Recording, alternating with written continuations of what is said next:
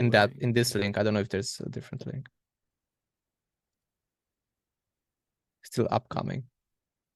Okay, it's working now. Yeah, sorry. Okay, for waiting. Okay, now we are good. Yeah, we are good to go. So, welcome friends. Welcome to Gameonomics here in our cozy little crypto gaming club, Gamer's Guide to the Metaverse.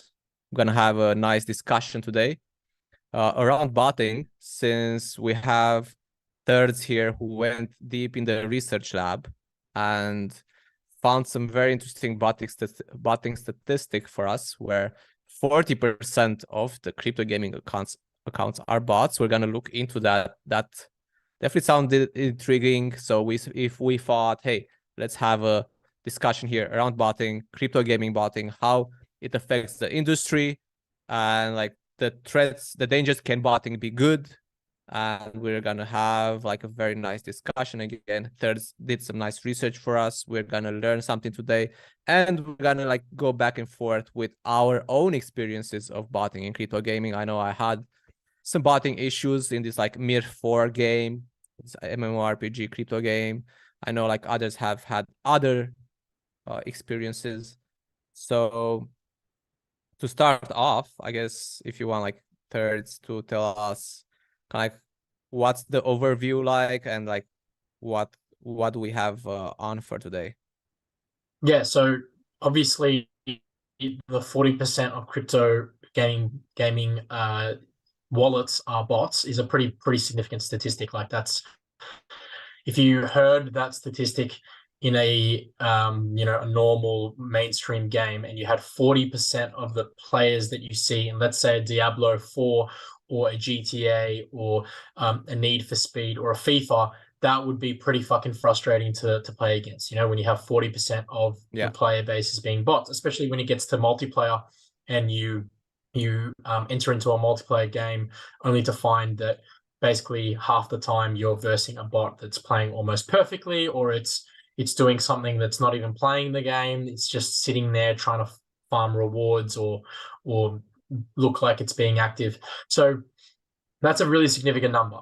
So I think that's one of the things that we definitely need to consider and what do we think discuss as a threat.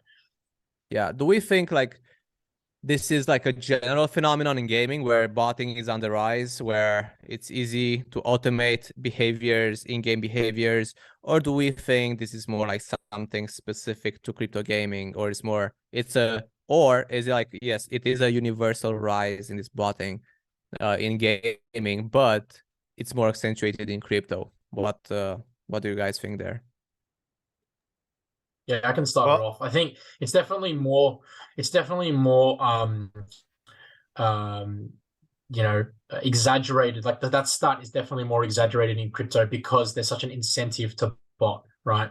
So when you include financial incentives, when you include rewards that are going to make people money, or they're going to get a whitelist spot to potentially minting an NFT that could be worth some money, that's obviously going to increase the amount of bots that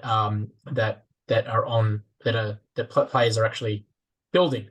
Not only that, but I've found that with these statistics, we've got to remember that there are quite a few games in crypto now that exist and have existed for quite a few years that are click games. So you click and then you either get a resource or your character does an action. So you just click on a button and that's it.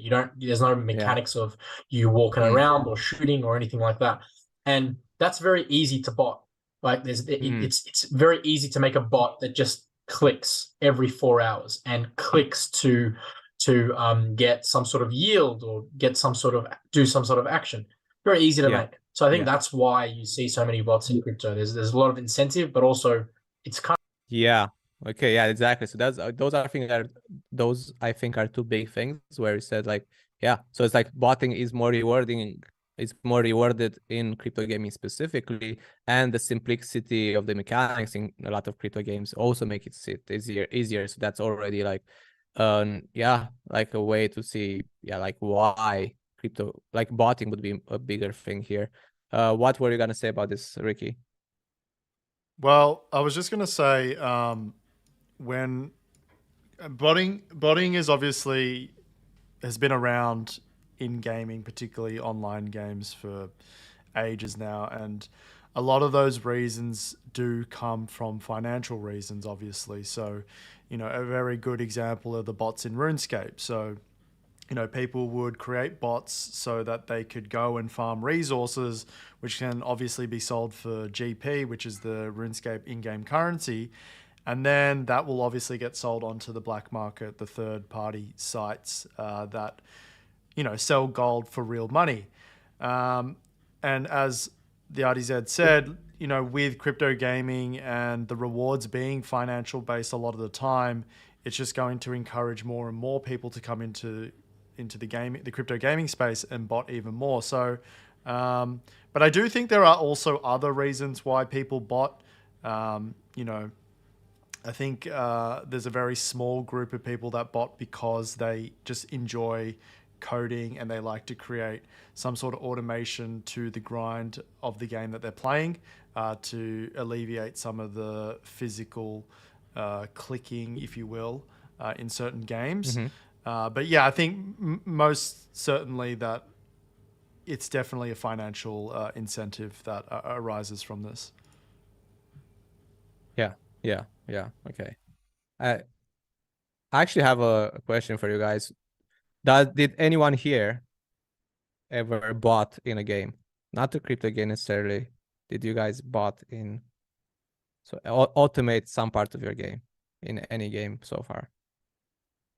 Do I we have think botters among us? I think when I was younger and I played RuneScape, I remember I used to fish and someone showed me some auto clicker software. So it's not quite botting, but it does automate the process. And yeah, I mean it's definitely a beneficial tool to use. But yeah, I think that's probably the only game where I've used some sort of automation in my gaming experience. Okay. Anyone else have a confession? Because I have one as well. No comment. Yeah, to be honest, when I was playing Tibia as a child, at first I was very anti-botter. I hate the concept of botting, and I managed to hold myself from doing it for a very long time. But after some time, when I saw that everyone else is basically cheating, and also the game developers were basically kind of bullshitting and screwing us over with in so many ways, I gave up and also started helping myself out with some prohibited software. Yeah. So can it be like even? So yeah, okay. Like my confession is also like I was botting for a bit when I was playing Lineage 2. This is this MMORPG basically where I was automating the farming part again with some clicker. I'm not some programmer wizard, unfortunately. So yeah, I got like some clicker thing where I automated like the heals or whatever, like just like the farming, like killing mobs to get resources, because that was like the most boring part in the game. And I still remember setting up the clicker with all the potions, everything that it needed, and then like going for a few hours to like play some table tennis with my brother, and then coming back to all this money. This was like amazing. I felt like Bill Gates or something. I felt like, wow, it's like I cracked the world. And so, but that brings an interesting thing where it's like people kind of want also to like automate things in the game that are boring and bring incentives. So can it be like can botting be a sign sometimes of like bad game design? So maybe like the fishing part, Ricky, you mentioned it was kind of boring, or like for me, like just killing mobs all the time, like the same mobs when you're like high level to get resources is kind of boring. So does that like naturally give rise to like automating some in-game behaviors because the game makes it too boring after all? I mean, I don't I think think it's. Yeah, you go, Rod. I think like it's obviously game design is very important. You need to make games that aren't that aren't boring enough for people to want to bot. It's just a pretty standard thing. But obviously there are going to be maybe parts in a game where you want to achieve a certain quest or you want to achieve a certain item where you need to grind for a long time. And some people just don't want to do that, so they bot. I think for most players, you'd be surprised how many of those players actually want to go through that grind, because it makes getting that item better and it makes the feeling of actually achievement in game quite better. And I think gamers realize that after a while, they might start off doing that. Now, that's completely different if there's a financial incentive, of course, because if there's a financial incentive, no one cares, right? They're trying to get to the end goal. They're trying to maximize their return, and nothing else really matters. Like the feeling doesn't really matter too much for them. So that's why they just bot, right?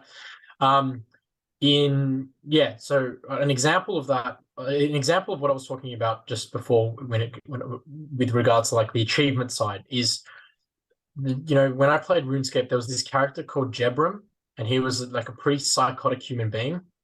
He was a guy that only did agility. So he would probably come home from work, whatever it is, have food, go straight to the computer and do agility for 4 or 5 hours a day for literally 15 years. That's all he would do. What is that? Like what's doing agility for people who don't play? Agility is basically one stat, or it's one skill out of RuneScape's 28. I think it's like 30 something now. They've added a few stats, but it's basically clicking a button, right? You can very easily make a bot for agility, because all you need to do is click buttons in certain areas, and your character will, jump up a rope and climb a tree, and then slide down a slide, and then it gives you XP per time you do it. And then when you finish an agility course, you can very easily create a bot, because it's the most repetitive fucking grind psychotic thing of all time. Okay. And that was his thing. He would get not only the maximum levels, but he would get the maximum levels on multiple accounts, right? So this guy was essentially famous for clicking a button in a certain area, right? That's something that you can't really understand, right? It's kind of like, why would you do that? And Scuzz just put up what agility is. And if you guys have a look, I love it. You just click, you see those green areas? That's what you do. You click on the green areas and then you keep climbing up, and that's it. That's it. There's no interactive gameplay whatsoever. It's actually quite a mind numbing and maybe it's therapeutic. It's like meditating. And what a lot of people do with stats like that is they either bot it, number one, right, because it's fucking grind and it's boring, or number two, they have it on the side, and then they have it on the side, or they have the laptop next to them and they watch a movie, or they do something, right? They do another activity. And my point really is that imagine if that whole agility thing was per XP you get a token, right? And that token you can sell on the open market. You're gonna have everyone botting that. There's not going to be a single person that's just doing that out of the kindness of their heart, or the sort of attitude that Jebram has. Like that Jebram guy is probably 1,000,000 to 1. You might have maybe 1% of the players playing it legitimately, but most individuals are going to bot that. And that's an example of really the power of incentivizing something financially. So actually, you brought something up that's, I think, a very interesting point in like the botting discussion, where maybe the rewarding parts of the game, you don't want them to be like too repetitive and like easy, like simple mechanics that's easy to bot them, because then you're just asking for people to bot that mechanic. So agreed, and that's where it comes back to the click game stuff we were talking about, where it's just so insanely easy to create a bot for just clicking every 4 hours. You click, get your yield, and then send out your character on a trip, or remine with another click, and that's it. Every 4 hours, it's the same process. There's no real gameplay. There's no problem solving. There's no puzzles. There's no challenges. There's no random things that happen along the way. It's all very easy to bot. So yeah, you're right. Yeah, that's Well- yeah, that's an interesting one. Ricky, yeah. So yeah, I mean, this probably leads us on to the next topic, so we may as well get us on to can botting be positive? But I think one thing. So your original question was: are there bots because of poor game design? And I think partly yes, but I think also no. When you're playing a game as big as, say, like particularly MMORPGs, right? There's so many aspects to the game that attract different people. And I think that's the good thing about MMORPGs is that you can get different types of gamers to come to your game and experience different elements, right? So once again, let's stick to the RuneScape example, right? So for me, when I played RuneScape, all I wanted to do was the PvP, right? And unfortunately, to get some of the better items that are needed for PvP, I had to do questing, and questing had requirements for to do some certain quests. You had to do, for example, you had to have like level 60 agility, and for me, I hated agility, right?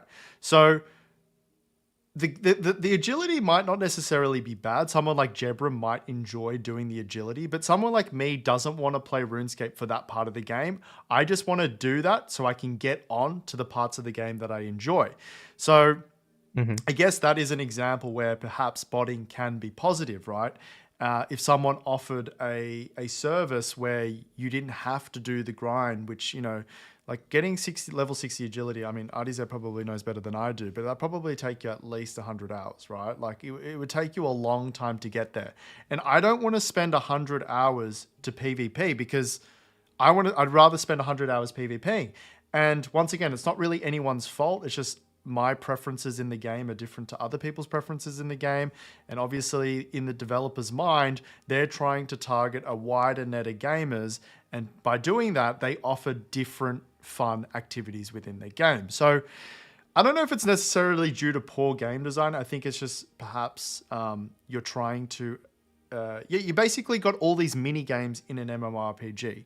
Generally speaking, you got people who want to do, you know, if we look at something like World of Warcraft, maybe some people only want to do, you know, raids with their friends or guild, and that's it. They log off and they're done. Maybe some people just love the storyline, so they just do all the questing in the storyline. So, you get different types of gamers, and perhaps there is, if we want to go down this route of can botting be positive, perhaps these are the sort of things. And on top of that, I think a lot of people love to build and create and improve their processes. And I think that's just a part of being a human. You want to improve some systems that you've got in place. That could be as basic as, like, say, hunting, right? If you're going to go hunting, you might wield a stick and you sharpen the stick. But then you're like, oh, what if I could throw the stick with more velocity, which will improve my ability to hunt? And that's why you start to see, particularly in games like RuneScape, World of Warcraft, community built add-ons are put on. So, we had RuneScape clients called RuneLite, where, you would have these HUDs that would come over some of your abilities or over some of your items to give you a little bit more information to help improve your gaming experience. And once again, you could pin that to the developer and be like, why didn't the developers think of that to kind of ease the gaming experience for other people? But at the same time, like, I think it's okay for community members to add their own customizations to games as long as it's not too detrimental. I think botting, for me personally, is where it crosses the line in terms of improving the gamer's experience. But simple HUDs and stuff like that, I feel like, are not as detrimental to the gaming experience. Yeah. Okay. Yeah. So yeah, let's stay on like this next topic here, where like are there like positives to botting, or like can botting help the game in some instance, like help the ecosystem, help the game? Do you think there can let's ask like Marek here. Do you think botting can be like positive for games in sometimes? Do you think there's instances of this?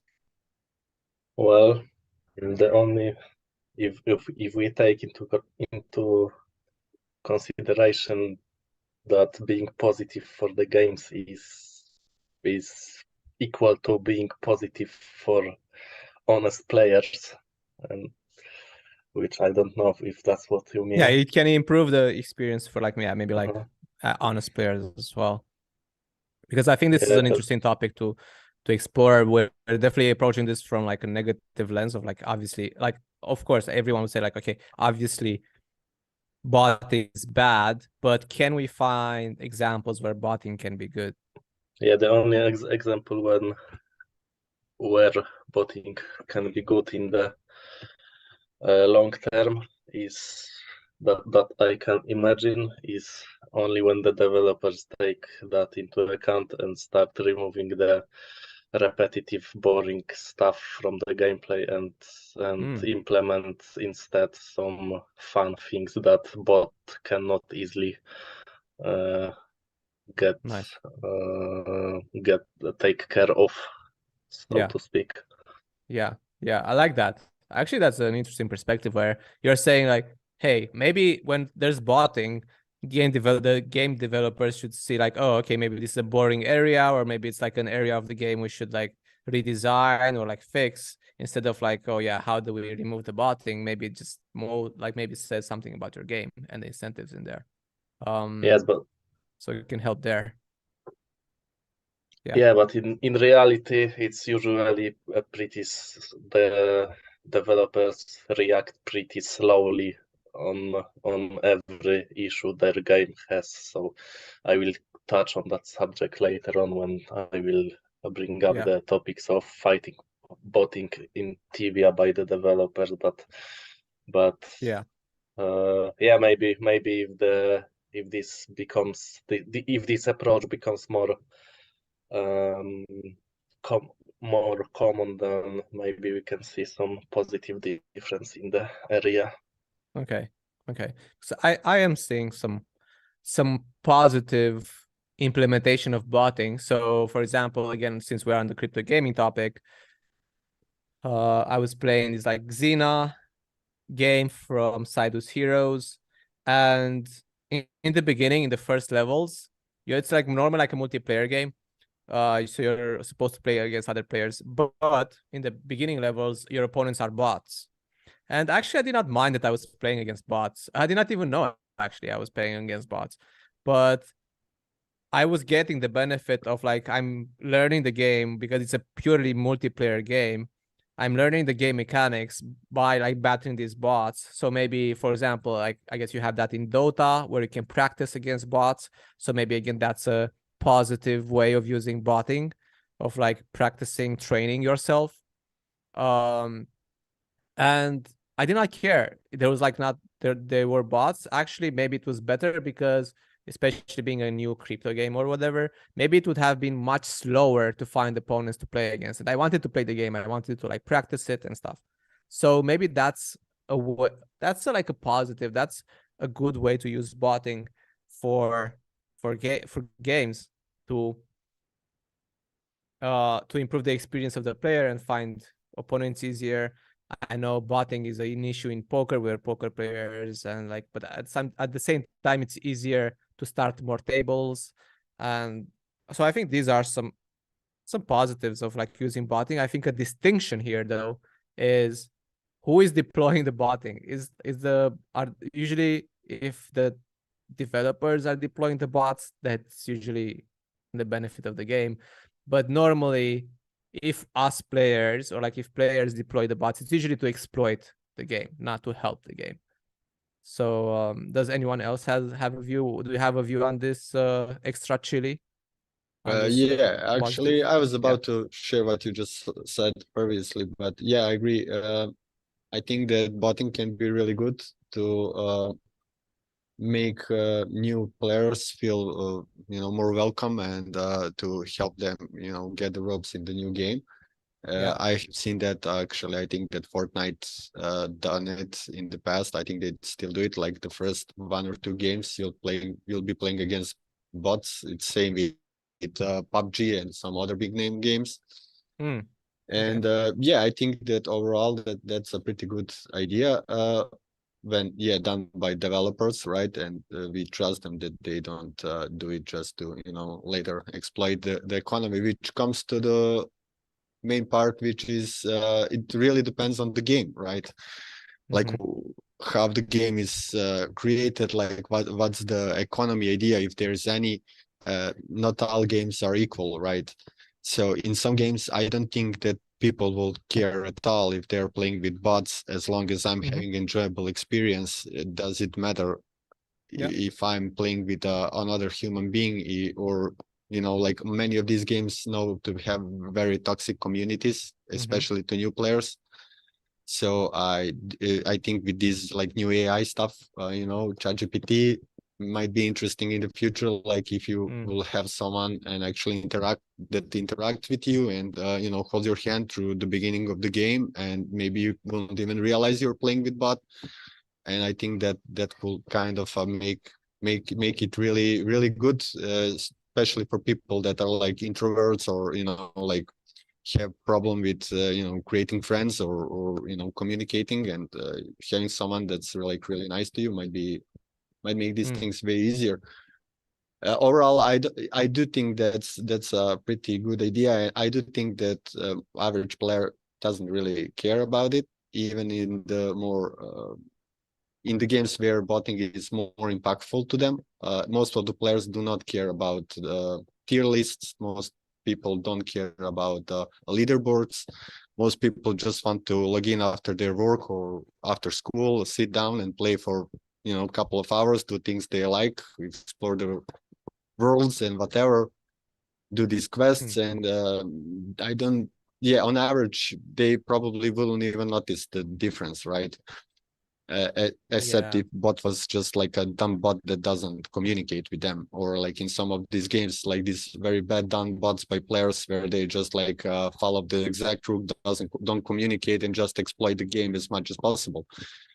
And then people like figure out, okay, what's going on there, and then later they figure out on Reddit there's a big thread about it, and this is actually hurting their experience because there's like this big inflation in the game, because these bots are just like piling stuff that shouldn't be piled as that, and you have a big problem. Yeah. So we have something here where actually probably botting is negative mostly when it impacts your experience as a player, right? Can we agree on that? Like, I guess for sure. That's when botting is a negative. Okay. Let's say you have a game like Hearthstone, right? There's no even chat in Hearthstone, right? Like, how would you even know that you're playing a bot? Yeah, and why would you care, right? Like, what makes the difference to you, right? You will not care, but there's this maybe a leaderboard that you care about, and that's like now the other story. But like in some games it just doesn't matter, right? If it's not insta killing you and not exploiting its advantage of like like just like taking away your resources or something, or like auto aiming or something like that, right? Then yes, that's the bad way of doing things. But on average, if it's done correctly, you won't even care, and it will maybe change from waiting 5 minutes for a game to waiting 20 seconds for a game, and make your experience more enjoyable. Even we can now say, okay, yeah, fuck it, you're not playing against human, it's dumb. Yeah, I agree, there's also that part, but in the end of the day, it's about having fun and not about printing money. But don't you think that in most cases, if there was a bot, even in the Hearthstone example, eventually people are going to catch on? Imagine if you were a grinder in the top, 100 players in the game, and you're playing every day, and you're getting matched up with the similar people every day, and this one guy you just never won against him. You just never won, and it's just clear that he's very mechanical, really really quick maybe, and people catch on, right? And so it starts being an issue if you lose to him. Course, yeah. I mean, it starts being an issue when it's taking away from the experience, of course. Like when you're losing and you're continuously coming across unfair opponents. And obviously, it's more obvious when you're playing like a shooter game where you're just getting headshotted as soon as you turn a corner. It's a little bit more direct, but I think eventually people will catch on. It's something that will distract from the game, and that kind of leads me to what I was going to comment on this. I think with the whole topic of can it be a positive, I think maybe you can make an argument for a few things like we've been discussing, But in general, when you weigh up the pros and cons of having bots in games, I don't see a positive at all. I don't see how you can really be comfortable with bots in the game. Now there are ways to, as you said, Dushan, there are ways to and certain game types and maybe game designs where you might not care as much. It might not affect the game quality as much. It still will, but it might not be too much of a consideration. But there certainly are a lot of game designs, like obviously in crypto and Web3 gaming in presently, that are awful for botting and that completely detract from the game and make it really, really bad for the average gamer. So yeah, for me personally, my opinion is that it's when you look at the pros and cons, it's really unfavorable to have bots. Okay, but at least we found some use cases where maybe it can like help the ecosystem. I think we made some good distinctions there, and just like, okay, who is deploying the bots and like what are they being used for? But yeah, let's move on, because I think you have like some pretty interesting points here with like the misleading data part of. I think the issue was with Alien Worlds, where you saw it's like the most active. There's like the most active wallets in this game, and let's say that's an issue, right? In crypto gaming, a lot of these games don't have players, like people don't really care. There's a lot of shit games, let's be honest. So then like a good way, and I remember I did this as well, like, hey, like what's a game? And I want to find a good game. And the way to do this is probably like what you were doing while you were researching things, the thirds, where, hey, like, okay, what's the game with the most active people, like the most active wallets could be a good way to see that. But you found something like quite different. And like, can you talk about this and like kind of how the data can be misleading here? Yeah, obviously, unique active wallets is a pretty significant measure for any crypto project. It doesn't even have to be in gaming; just any project in general that wants to do something or provide some sort of service or product. The or data points that you can have a look at is how many wallets are and connected to this program or project, and how many people are making transactions in that project. Yeah. And obviously, because it's on chain, it's easier it's a great, to see, right? And that's actually good. Yeah, it's on chain. It's easier to see. It's hard to fake that data as well, because you can very easily identify if a wallet is active or not. So people can maybe make a wallet and then sign up, but it depends on how they interact with that project, what they're doing, and it's very easy to track that. So it's a great measure. It's a great measure of growth within the industry as well, and it can show some pretty good things about how we're moving forward, which is why it was a very, very startling thing to have a look at Alien Worlds and find out that it's just majority bots. Because when you look at the data, you can write articles about it. You can have people discussing stuff on Twitter about it, where it's like, wow, look at the growth and the consistency of something like Alien Worlds, even in a bear market, even in a situation where not a whole lot of people are playing crypto games in general. Yeah. But of course, actually, because I've had this as well. I had this exactly the same thing. We're like, oh wait, Alien World is getting played a lot and stuff. Like, okay, let's check this out. And then I click on it, and it's this shit game. Like, wait, what's going on? There's some disconnect here. But yeah, you found the disconnect. Yeah, and that's why it's misleading as hell, because not only can certain media companies and just social media influencers and whatnot, they can use that to get people to sign up and to get people to buy NFTs and try to get people to invest in the token as well, right? But it's essentially a lie. There's essentially 90%, and funnily enough, on Alien Worlds, there's actually no one has looked into it, or maybe they've just deleted all the information on it, because I can't really find much discussion on Alien Worlds as a botting, like botting statistics on it.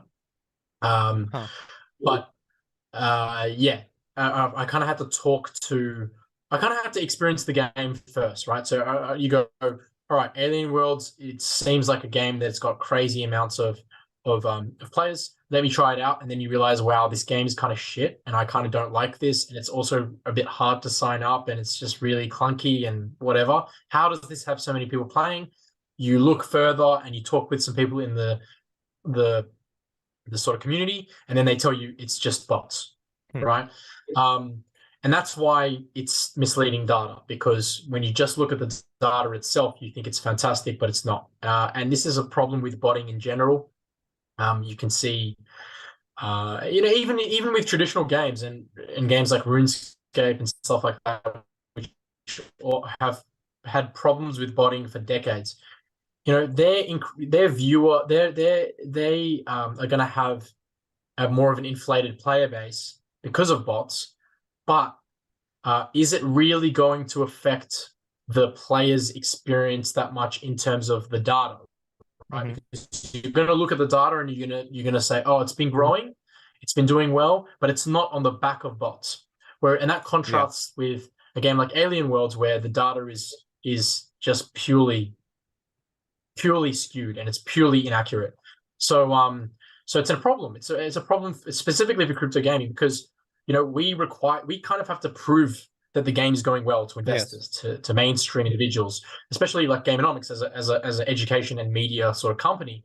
We want to use these statistics and we want to show people that it's growing, and we want to use on-chain data effectively, but we can't do that because 40% of the industry is bots and 90% for some games. And it's not just Alien Worlds as well, by the way. There's quite a few click-based games that I found in crypto that have 80 to 95% and proven 95% bots. Like that's insane. Yeah, and in a way that kind of makes sense, right? Because it's like not like as people, it's not okay. Bots are not a scarce resource like people are. Like you have like 2-3 people, bringing 5 people is harder. It's quite hard. Like 10 people is twice as hard. But botting, you can just like clone the bots. You can make like infinite bots. So it's very easy if you see like a system where it incentivizes botting, that you can multiply them like infinitely basically, and then you can basically it's very easy to have like a majority of population being bots, because it's no cost of replication. So that's something you would see in games. Ricky, I want to ask you like on this topic, because I think there's brought on like an interesting perspective. The data is misleading, making you think it's a basically the blockchain data is misleading, making you think, okay, this is a very played game, very popular. But would you say actually blockchain can play a role in detecting this botting and like uncovering these like more automatic activities, because the games are on the blockchain and we can see it's easier, it's more transparent. The blockchain makes it easier to find these botting projects. Well, you've given me a tough question there, Daniel. With I mean, it's definitely off the top of my head. Yeah, you put me on the spot here. I think off the top of my head, one of the ways you could detect whether or not these wallets are botting is, let's say you're going on chain, right? And you go and find 1,000 wallets, right? And they've all got, I don't know, NFTs or whatever tokens for the game, in-game rewards that are needed for the game. But then what you can do is you can actually go and see, all right, where did those NFT assets come from? Did they come from a mint from the developer, or did they come from another wallet? Because then what you could do is you could kind of find like the parent company wallet, right? Where it's, let's say we got 100 wallets, right? And wallet 88, wallet 99, wallet 95, they've all got these NFTs and they all go back to this same wallet. And then you can obviously click into that wallet address and go, okay, well, what's this wallet doing? Oh, it looks like they're sending out all these assets to these smaller wallets. Now, that doesn't necessarily mean it could be botting. That could be like a scholarship program. So for those of you who don't know what scholarships are, is basically like let's use Axie Infinity as an example. So to play Axie Infinity, you needed 3 Axies, basically like 3 characters to start playing the game. Now, at the time, well, when I say at the time, a couple of years ago, the floor for an Axie was like 250 USD, maybe even more at one point, right? So not many people can afford to spend 750 US dollars to, first of all, buy these 3 Axies to then play the game. It's a big investment to commit. So what people were doing was you've got like these, I guess, investors who buy a bunch of Axies. They would then go, right, oh, you want to play the game? You want to earn in-game rewards? I don't have the time to specifically play the game, but I'll rent you my Axie, and we'll go 50-50 on the in-game rewards. And it's kind of like I guess it's like a property. You own the property, you rent it out, and both parties benefit. You know, the investor makes money out of it, and the gamer gets to play the game and also make money as well. So, yeah, I mean, that's probably there's probably other ways to detect bots through on-chain data, but I do think it definitely makes it a lot easier compared to the Web2 gaming space, which I guess is a small advantage for blockchain gaming in detecting this. I mean, but on the converse, I think, you know, just given what we've spoken about, the inherent nature of crypto gaming with financial rewards is going to attract bots more so anyway. So, you know, does the benefit of blockchain really mitigate that? Not really, because you're now incentivizing more people. It doesn't matter if you could detect, it makes it easier to detect. There's just going to be more bots. So, yeah, that'd be my take on that. And I just want to also just to touch on the misleading data. And I got a question for you guys, actually. So, obviously the misleading data is really bad for investors, right? Like that's, you know, if you're investing in a game and 80% are bots, and let's be honest, most of these bots are just playing for the financial gain, which means they're not putting money back into the economy. They're basically taking money out. It's not a game you really want to invest in, right? But then the question is, as a gamer, let's say you come into a game, right? A really good game, and you find out 60% of the players are bots. Is that going to put you off the game, or are you still going to play the game? Maybe this is game genre dependent. I'd like to hear what you guys think of this. What do you think, Extra Chili? I'm gonna put you on the spot first. Yeah, I think it's probably game genre dependent. Just like not all the games are created the same, right?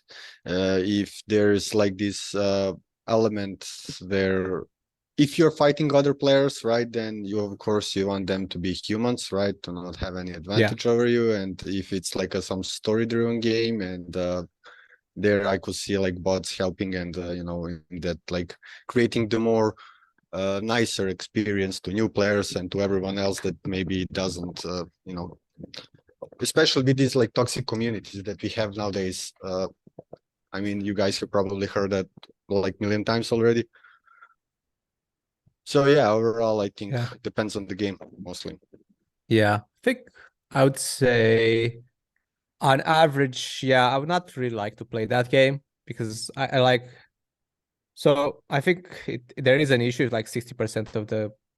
I think it's hard to find like a good game where also like 60% of the accounts are bots. And first of all, I would want it to be transparent. So I like if they are transparent with, and I know, okay, yeah, a lot of people are just actually bots here, but I think that's important.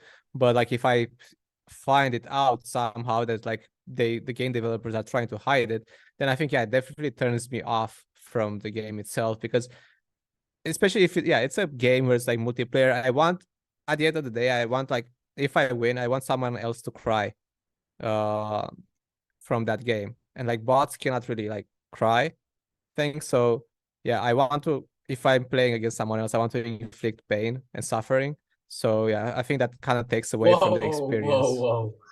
That's why I wait, are we not like all playing because with this reasoning in mind?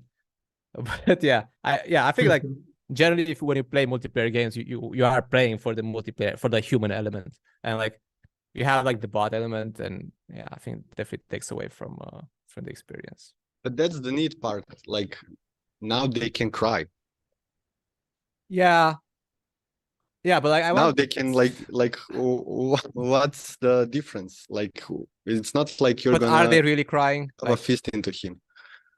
like they're not really crying. They're like making me. Yeah, but you don't know that.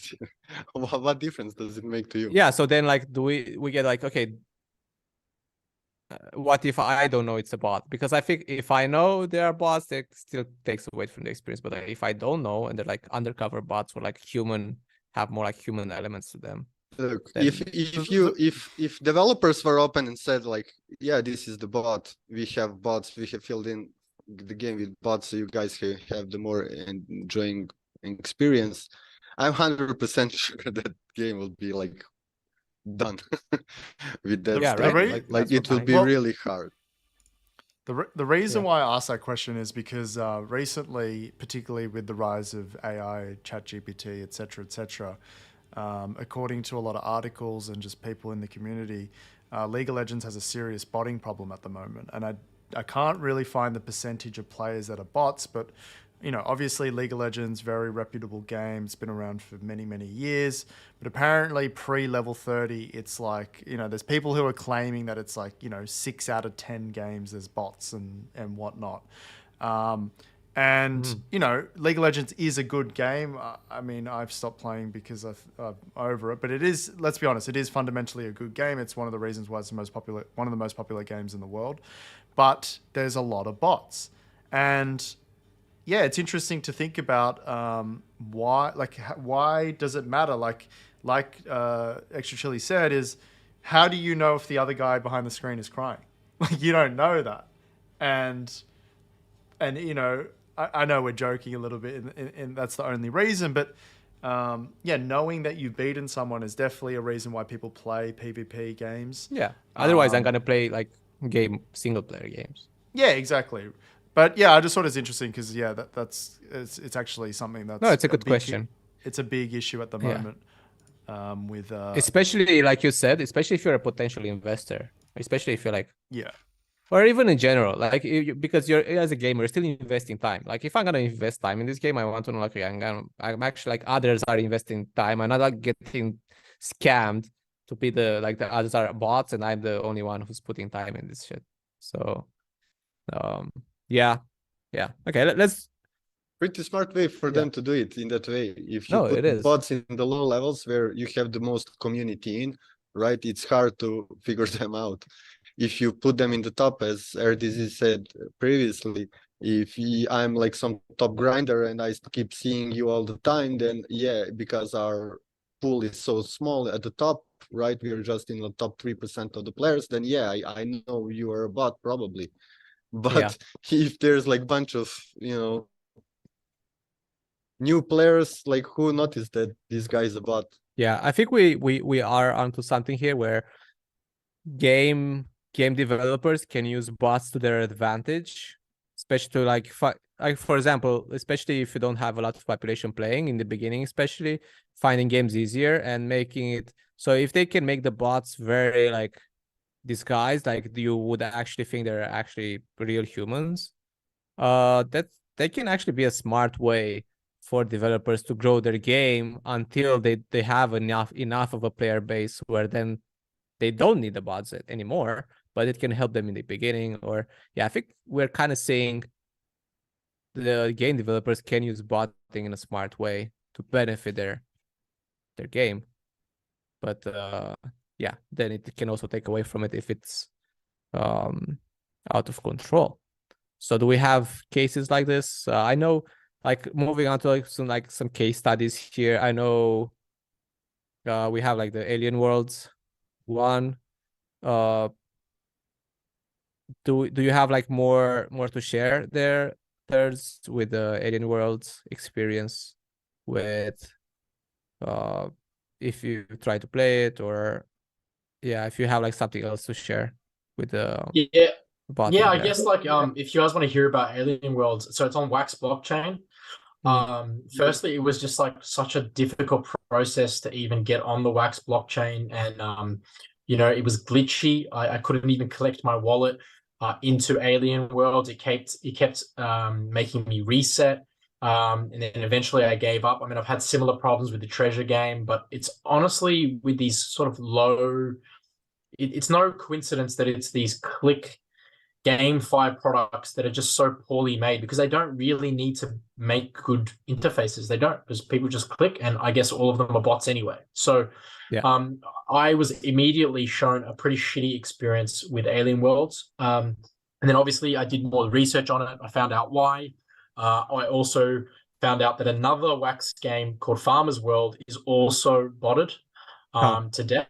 And it's this, funnily enough, it's the second unique active wallet list. So that's another case study. Maybe I should have had a look more into Farmer's World as well, but honestly, I didn't really want to touch it as soon as I found out that it was Sure. botted as well.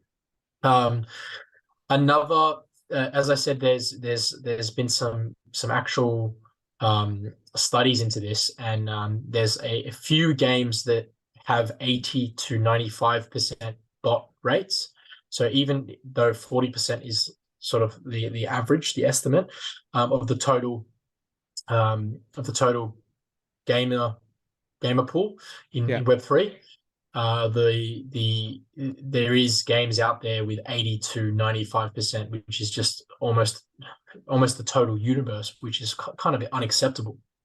So there are definitely more case studies with similar things happening with Alien Worlds, and I think, as I said, it's no coincidence that it's a lot of click-based GameFi games, because they really don't.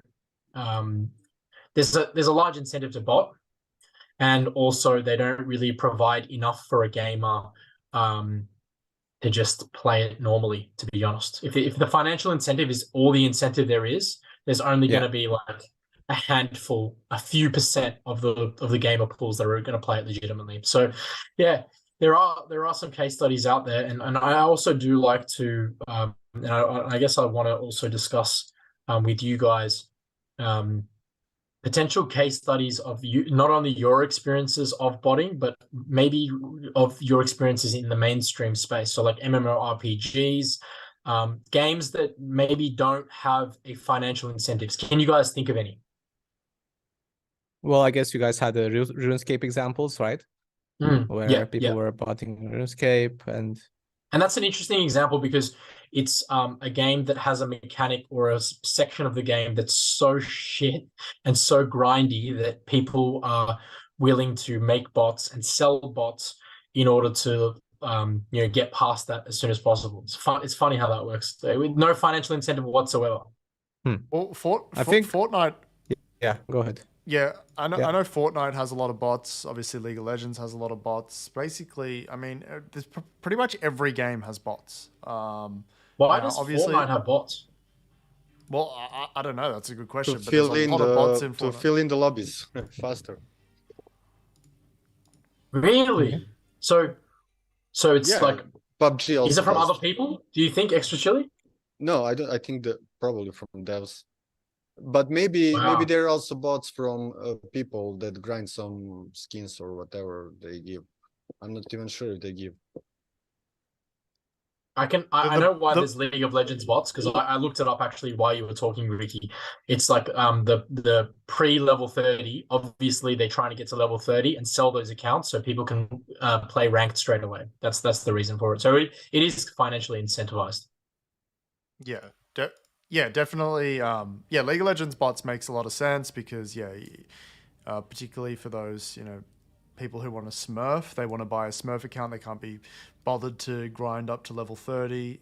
They buy the bot, so that makes sense. The Fortnite one, to be fair, you see bots mainly at the lower level, so I don't know if that is a developer.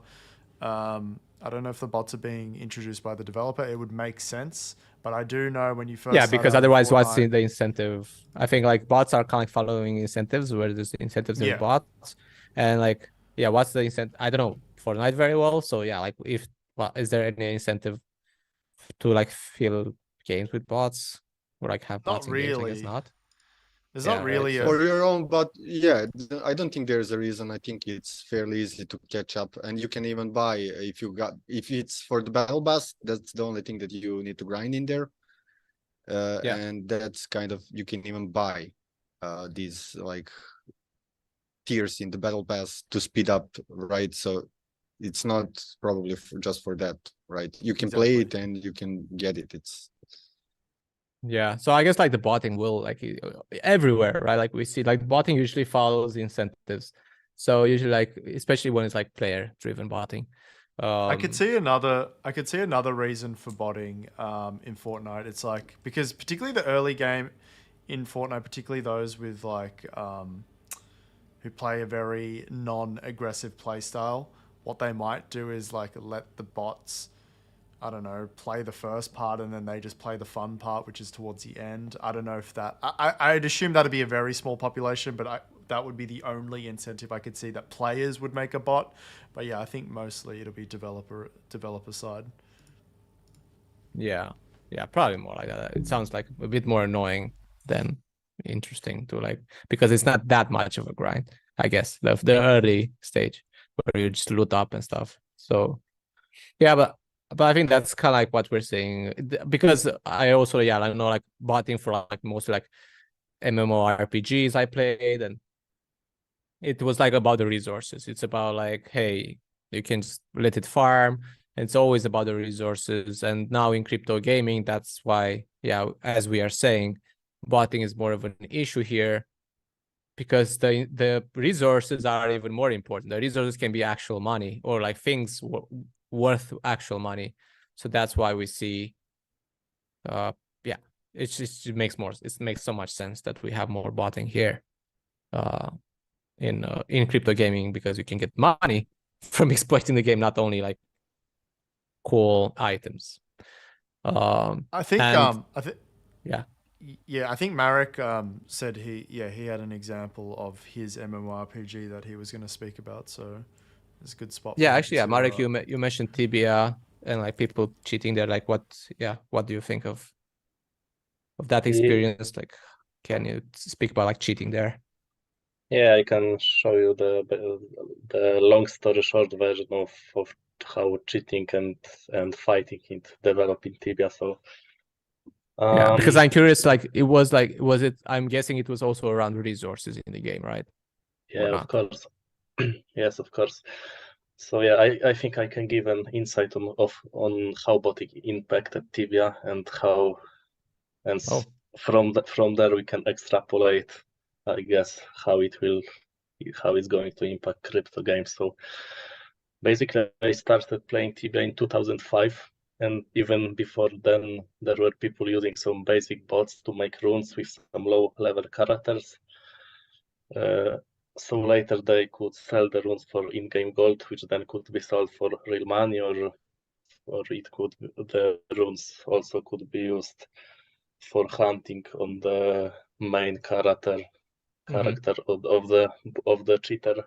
So back then it was pretty easy and smooth, because all you needed were some blank runes, which could be bought at an NPC and food. So most of the botters were looking for a quiet place near the water to place those low-level rune-making characters, so they could catch fish, basically with a fishing rod, indefinitely. So they had basically infinite food. Huh. So it was kind of broken and gave a very big incentive for dishonest people to cheat. Yeah. And I've got a bit of Tibia gameplay up on the stream. Let me know if this is a real example of this botting that you're talking about. Let me see. It's funny because the part of the video that you were talking about, literally there was a character next to the water. Yeah, I put the stream to the link. Yeah, I see. The link to the stream, not the stream to the link.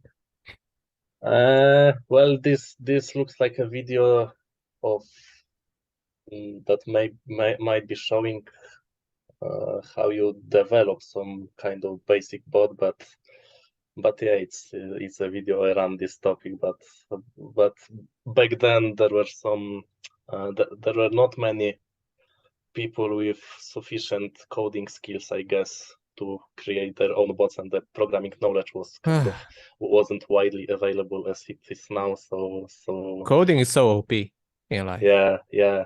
See? So people needed to wait until somebody publishes a decent bot, because they could not develop any on their own.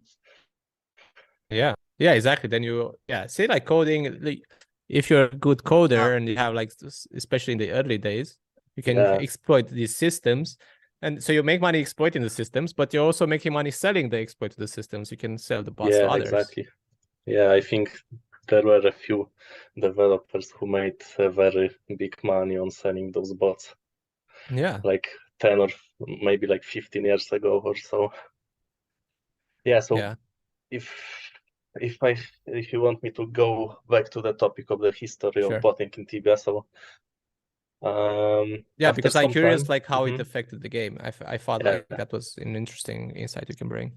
Yeah, so after some time, to stop this procedure, the developers introduced the requirement of having one worm to catch one fish, so the ability to have infinite food went away, and also they introduced soul points, so-called soul points, which were basically required to make runes, and to regenerate them you needed to kill actual monsters, and it took pretty long time for free account players to regenerate them, actually. So that kind of ended the rune making farms. But then afterwards, or maybe even before that, first cave bots were introduced. So in case you don't know what a cave bot is, it's a bot that follows certain waypoints and basically kills monsters and collects loot. Yeah. So yeah. I think, and that's kind of like how we can get now to like the anti-botting measures, because I think you did a good job illustrating here, like this ongoing, like once you have like this exploits possible, right? And then you have people exploiting, and then the game starts, right? Like then it's like who can beat each other. And this is actually in a lot of systems in the world, not only in gaming. There were, I know, like I have friends with like internet exploits, with like SEO back in the day with Google, and then you could like exploit somehow like the system to have high ranking pages on Google, and obviously you would have maybe some affiliate links on those pages, and then if you can rank them high on the pages, of course you make a lot of money from the affiliate pages. So, and then like Google obviously it starts to like fix these exploits, and there's always this back and forth between the hackers or the exploiters, whatever, and Google, who is trying to stay one step ahead and like fix the exploit, then they find the next exploit. So probably again, this is where the war starts, also with the game developers and the guys using the botting, where the game developers now start, and I saw that in Mir 4, where like I was playing this crypto game. It's like pretty cool game, to be honest, but yeah, the botting made it like very bad for everyone, where there were a lot of bots running around stealing, like basically taking your resources. And then the game developers started finding ways, like you said, finding ways to make it more complex, make the botting less streamlined. But then the botters are usually not stupid people. They're not like, they're pretty smart. So then they find other ways to stay ahead, right? These are the new constraints. Okay, let's make a smarter bot that can beat your constraints. So yeah, that's actually a good example of the botting. Yeah, that's basically the botting in Mir 4. Yeah, go ahead, Mark. Yes, exactly. This is not the end of the story. So because I have some stories to share about cave botting and fighting it. So if you want. Sure. I mean, this is like, again, like when we go into, again, this like anti-botting measures, it's actually like a measure. And we saw like the Mir 4, like basically it was like around the mining part in the game. It was like easy to bot. But yeah, like, so yeah, you have here some example as well, where it's not like, anti-botting, no, and that's it. Usually that's no, never. Back and forth, right? There's a battle. Yeah. So can you give us like some insight? Because Yeah, that was sure. like probably like a longer and harder battle there for the Yeah. devs. Also, when I was reading some blogs and articles about basically scams, whether in business or online or some kind of how do I say it? Some kind of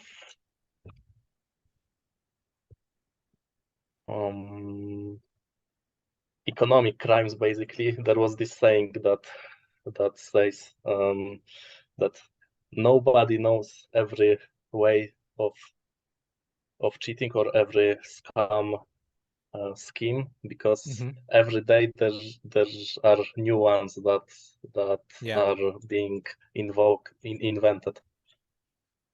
Yeah. So Yeah. Yeah. going back to Tibia and cave botting, so for a few years cave botting was only possible if your vocation was a knight, because in Tibia you had four vocations basically: a sorcerer, a druid, a paladin, or a knight. And you could only be cave botting with a knight, because other vocations usually had to run away from monsters while fighting them. But then later, some new bots were developed that could run away from monsters more or less intelligently, I would say. So then the developers of Tibia introduced stamina to fight cave botting and account sharing. So you basically could only hunt for a certain amount of time, and afterwards you would gain only half of the experience, or you would have no loot from that monster, or etc. But there was still a lot of botting going on for years, because there was not much to do to fight the botters without hurting honest players. So later the Tibia developers introduced some system which was banning some players that used that kind of prohibited software, and it to us players it looked like pretty random, and they didn't disclose how they picked how did they detect it and how they pick accounts to ban. So we were kind of suspicious if if this is an honest system or just kind of random. Yeah. But yeah, and Yeah, it's a hard battle, and yeah, it's like then they yeah. then they Yeah, go ahead. Finished. yeah. So later on they made the punishments for botting even more harsh, and they also kind of introduced some anti-bot monsters with like 100 times more health points than a regular monster of the same type, and with the ability to heal itself, so the bots would get stuck fighting them forever, whatever. But still, everything was getting countered by the developers of the bots, like the ability to ignore anti-bot monsters or newer generations of bots, which were simulating keystrokes and mouse movement, which was supposed to avoid getting detected with the anti-botting system. So, and finally, they integrated some anti-botting system called Battle Eye, which was supposed to finally end botting. But I think even afterwards, there were some bots developed even after the implementation of that system. However, perhaps nowadays botting stopped being that common finally after so many years. Yeah. Like so you see how this is a never-ending battle. So I suspect that, I mean, I don't even suspect it. I'm 100% sure that when there will be real money at the root of the game, it will be the same or perhaps even worse. That cheating will be everywhere, and just like in Tibia's case, it will be a never-ending battle between the cheaters and the developers of the game. Yeah, I think that's a strong point there. That's a strong conclusion, where it's like this, like we're talking about like the anti-botting measures. It just sounds like do you have valuable stuff to get from the game even when you don't? So like Tibia, like I guess you said like you could sell stuff for real money, but I guess there's just like a battle that starts going on, and there's always gonna be back and forth. It's not gonna be just, oh, You have this 1, 2, 3 implemented, and that's it. That's like the anti-botting measures are done. So yeah, do you guys like have another like perspective on this, Yeah. or do you agree there's gonna be a never-ending battle where that's cost resources that those developers could do something else, right? So that's kind of costly for the company, the game as well. What do you guys think? Yeah, well, I think with anti-botting measures, so obviously Marek's talked about Tibia, and it sounds like Tibia, the developers did a lot of in-game mechanics to counter botting. And for me, I think there's 3 ways to counter botting. So obviously that's the first way, in-game botting mechanics. So for example, things that kind of trick the bot that if they're so used to cutting a tree, for example, then have a monster randomly attack it. That will be an example of an in-game anti-botting measure.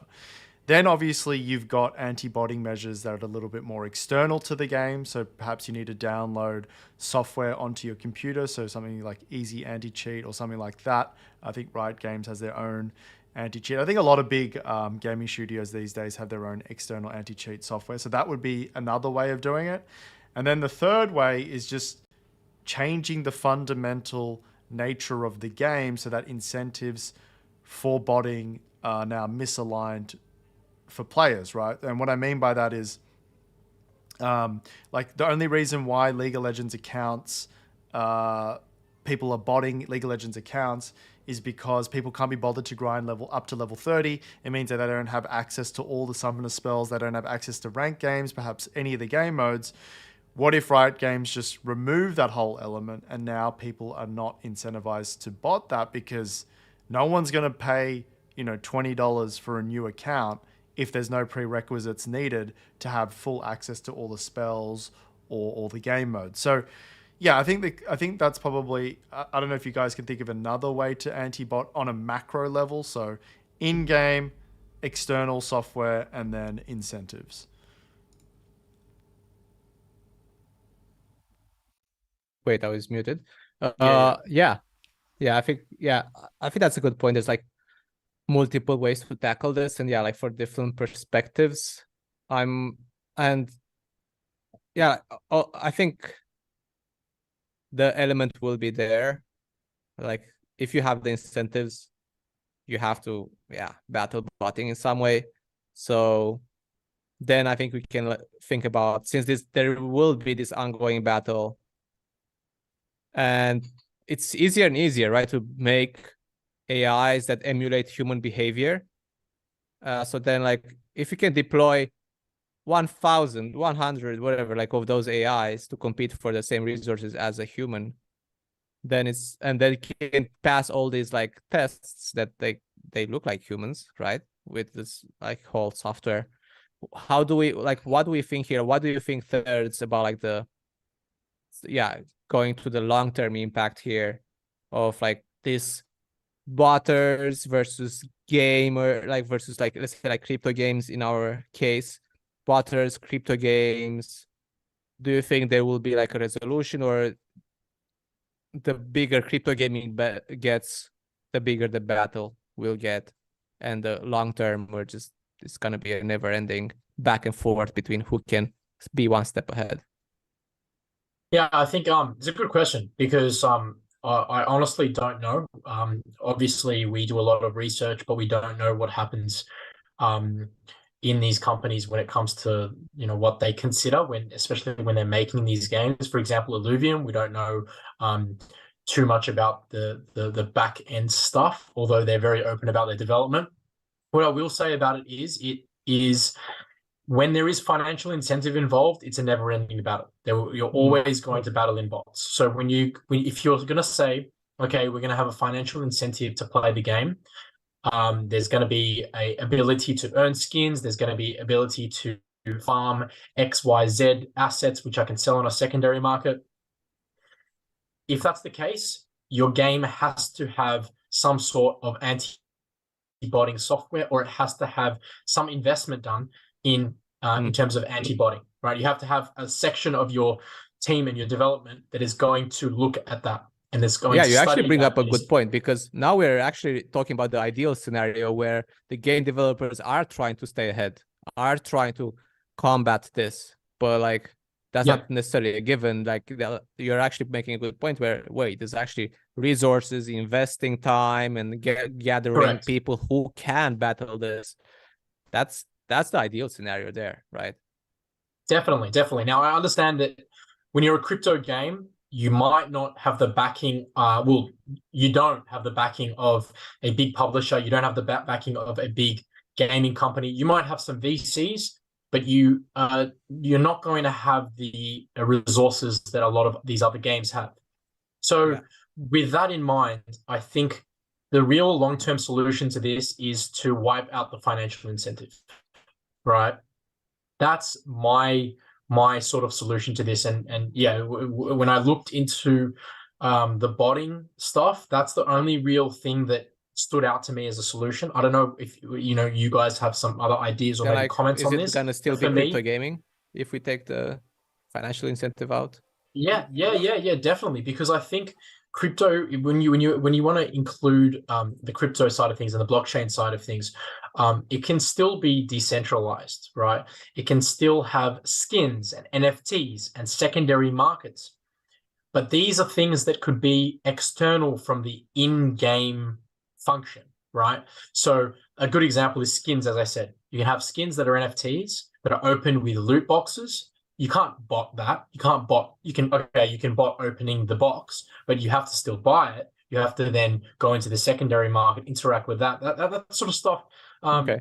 is a way to sort of introduce skins, introduce NFT secondary markets without having a real financial incentive to buy.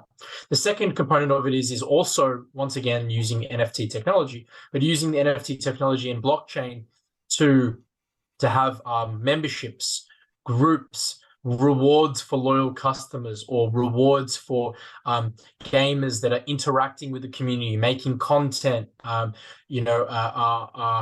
sending messages and helping players and doing all these things, right? Very hard to bot that. Very, very Yeah. hard to bot that. Maybe you can, maybe an advanced AI could do it, but with the current technology that's available, it's very hard to bot that sort of stuff. And it's not an in-game financial incentive. So that's my view on sort of the long-term solutions, the sort of anti-botting measures. I think without the significant financial resources, you're really not going to get over that hump of bots. And once again, going back to Extra Chili's point as well, it depends on the game. It's easier to have anti-cheat software for some games. It's very hard for others. And it really does depend on the game. But for those games that it's hard to detect, for those larger games, MMORPG style games, open world games, I think it's harder to detect those bots. And a great example is RuneScape. Like, RuneScape has been out since 2002, fucking 20 years, and they've still to this day struggle with bots, right? They're still to this day. And I think, to be fair, I think that has a lot to do with because they're built on Java. They're built on JavaScript. And I think that's it's hard to detect stuff on that. But they're always going to struggle with botting, right? And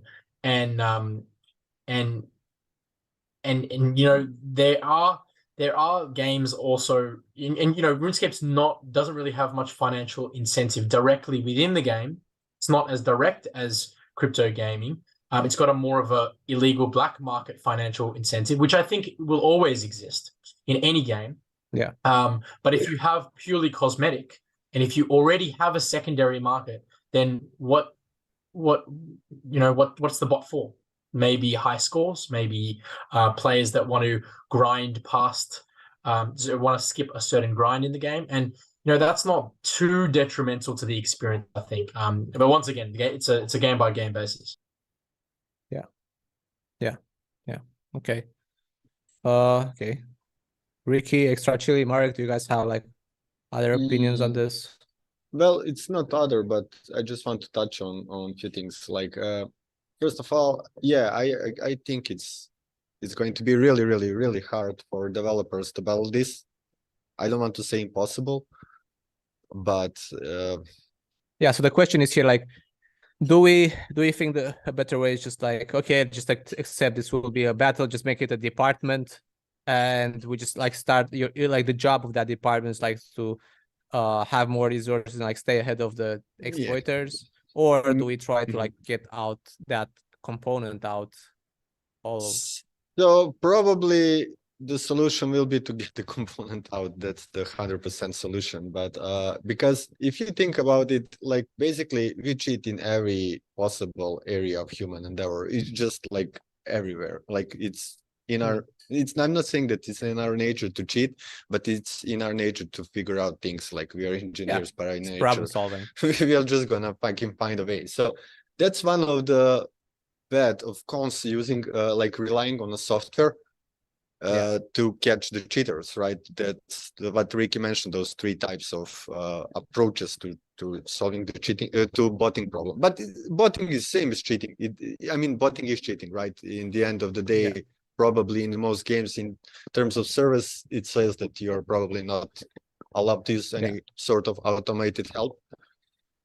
And I think that the one help that developers could find in is AI in the future, like if they figure out ways to use it to, you know, like help them with, you know, because this just asks for a lot of resources, a lot of workforce to, you know, if your game is big, to check all the reports, to follow the things, to, you know, like analyze the stats, to do all kinds of shit. Like you need mods, you need million of things. So maybe AI can help that in the future, like who knows. And I think that like the real solution probably lies in the changing game design and probably removing real money trading, like in some way. And what I mean is like people trading their stuff for money in the real world, right? In-game stuff for money in the real world. That's kind of really hard, especially for crypto, because entire idea is to have this ownership and like what's then the point, right? And maybe as RDZ said, maybe the idea is to have these like skins that might be fine and not allow other things to be tradable. That might be idea. But then you can't like also earn skins in the game, because in that way, right, if I can buy skins or create a skin in the game by mining something, doesn't make the difference, right? I will still then create bot that will grind that skin and resell it all over again. And like this real money trading, WoW did a good job in the past. Like they had a good idea. It's questionable how you know, interested they were in that. WoW and I think EVE Online also had a good approach. Basically, they still have trading, but they have started banning people for trading. And like if it's suspicious, if it's a large amount of gold that someone sent you or risk in EVE, right, they will like check this other account, and if they see that he often creates these like large amounts of money to random accounts in game, they figure out it's probably a guy that's selling gold, right? That he's a botter, right? So he needs to sell it to get some money in real life. And they of course went a step further, and then they said, okay, fuck botters, why don't you just come to us and buy gold from us? That's a totally different story. Game than pay to win, but overall, I think it will be a big problem. It can be well. I'm 100% sure there are different ways that we haven't figured out yet. But with crypto, also this huge issue comes with verification, in my opinion. Like forcing any verification is kind of a problem, because most of the crypto is pseudo-anonymous, right? And if someone could tie your account in game to you, right, your wallet, it could actually be hurtful for your privacy, because people could see all kinds of shenanigans. And now we can say, yes, but you create a different account and you create a different wallet, and that's all fine, but I don't think that's a step towards towards crypto being accepted more and in crypto gaming. I think that's kind of like now you are counting on your users to be well educated on how to use it, and I think that's kind of an issue. And that's my 2 cents on this topic. Mhm. Yeah, it does sound like this whole botting thing is like it's just like about incentives, the incentive structures, and like it does sound like it's a bigger issue than most people think. And it's just like it's just gonna be a big battle, and it can be like very detrimental to crypto gaming overall. It can be like a huge issue to crypto gaming, and I think most people are not prepared to, yeah, to start this battle because right now there is not that much money to make. But if crypto gaming starts to take off, then money will be made, botting will become way more of a thing. So yeah, I think maybe like the industry is kind of underestimating this thing right now. Ricky, do you have any closing thoughts on this? Are we wrapping it up? Yeah, I mean, I agree. I think Artizad's alternate way of combating botting by attacking the incentive structures, to me, is the one that makes the most sense. It is also the most. It's the one that can be implemented easily with a small team. I think. Yeah, I mean, it'd be ideal for a big gaming developer.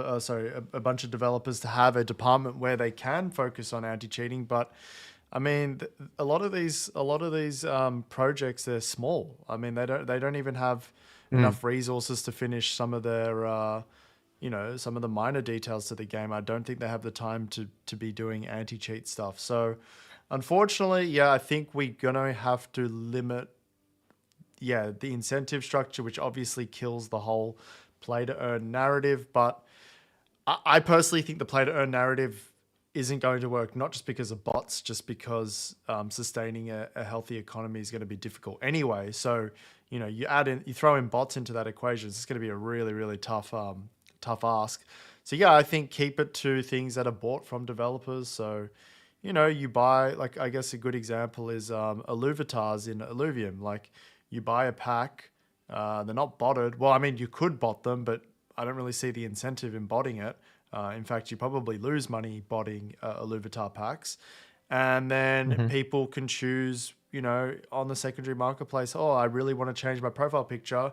I'm going to go buy this. Like today, I bought an Illuvatar profile picture. I didn't want to buy packs. And I just went and had a look. I bought a profile picture for my Illuvium account for $20. So I'm going to get the display printed. Like, that's a good way to do it.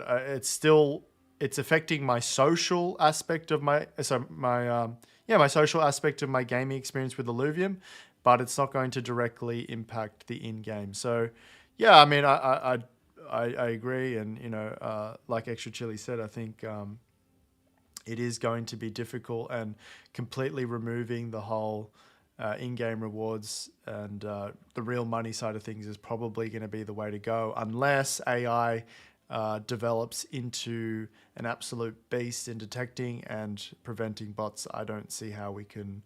I don't see any other alternative, to be honest. Yeah, I have also one funny view to share, and this is let me just like put my tinfoil hat on. Like we get cheated in our real lives by our governments with this money printing and inflation. We all know it's going on. So can we trust a group of developers in this digital game world that they'll not try to exploit us in this fairly similar way by putting their own bots, by inflating their own in-game market for people to have to spend more time, to be more in-game, to be more in the grind, to like. Of course they can do that as well.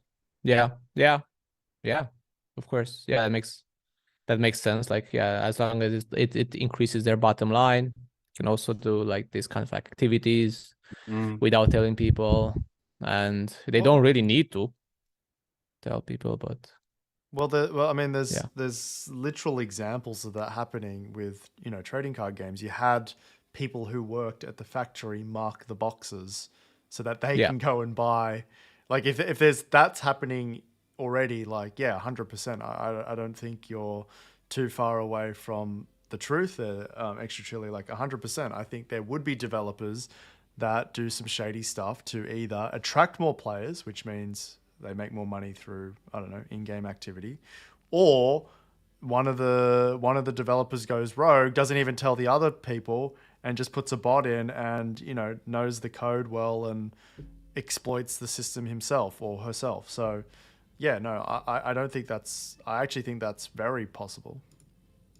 Yeah, so I think we're kind of seeing here like a theme come up where, yeah, to conclude for today's session, I would say, yeah, botting looks like it's a real issue. It's like a rising issue. It's something that has to do, it will very closely be tied to incentive structures and like what incentives crypto games offer.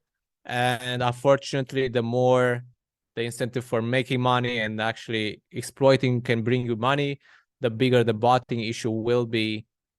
And that, I think that for the whole industry, it's definitely like a big threat here. We have to probably analyze again, what are we gonna make it like? Are we gonna make things pay to earn? What are we gonna incentivize? Like, how are we gonna do the trading and everything?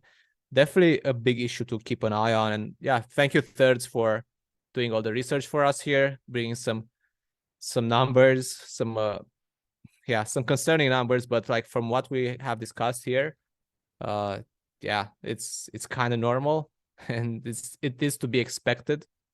And we have to probably in the future move towards like definitely mitigating this as a rising threat with, again, more complex systems with AI, because Ricky touched on like, okay, bigger detection systems, but then we also have AI also enables the cheaters, right? Like it's not one-sided, only the good guys can use AI, the bad guys can also use AI to cheat better and again be one step ahead.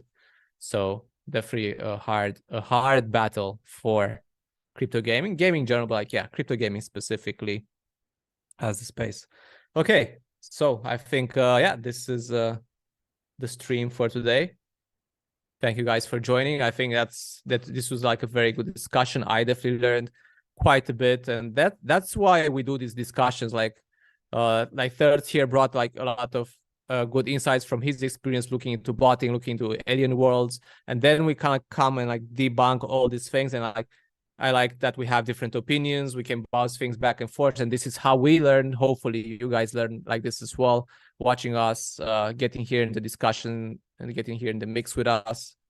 Definitely subscribe to our channel. This is the type of stuff we discuss. We do this like podcast type of discussion where we really break down topics, but then we also do the condensed version of Third's video on alien worlds and the botting. We also have that here on the channel if you want to have a condensed version on this and a clear case study. I think all of these are good for people to learn more about crypto gaming, learn about the opportunities, the threats. Hope you guys enjoyed, like the video, and see you guys next time. Thanks Thanks, guys. joining, guys. Thanks, guys.